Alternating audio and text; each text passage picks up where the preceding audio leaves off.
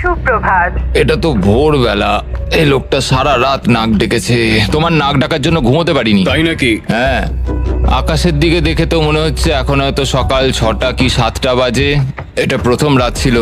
Jimmy, এটা সত্যিই কিন্তু মনে হচ্ছে একটা জেলখানা। আচ্ছা, তোমাকে জিজ্ঞেসই করা হয়নি তুমি জেলে কেন গেছিলে? জালিয়াতি আর অর্থ পাচারের জন্য। তো আমি মিথ্যে বলতে শুরু করি, এর থেকে টাকা নিয়ে ওকে দেওয়া শুরু করি এবং সবশেষে সবার টাকা হারিয়ে ফেলি, আর সেটা লুকিয়েও যাই। তো আমার মার্কেটে $5 লাখ ঋণ হয়ে যায়। ও, আর কাকতালীয় ভাবে ওর কাছে এই ভিডিওতে একই পরিমাণ টাকা জেতার সুযোগ রয়েছে।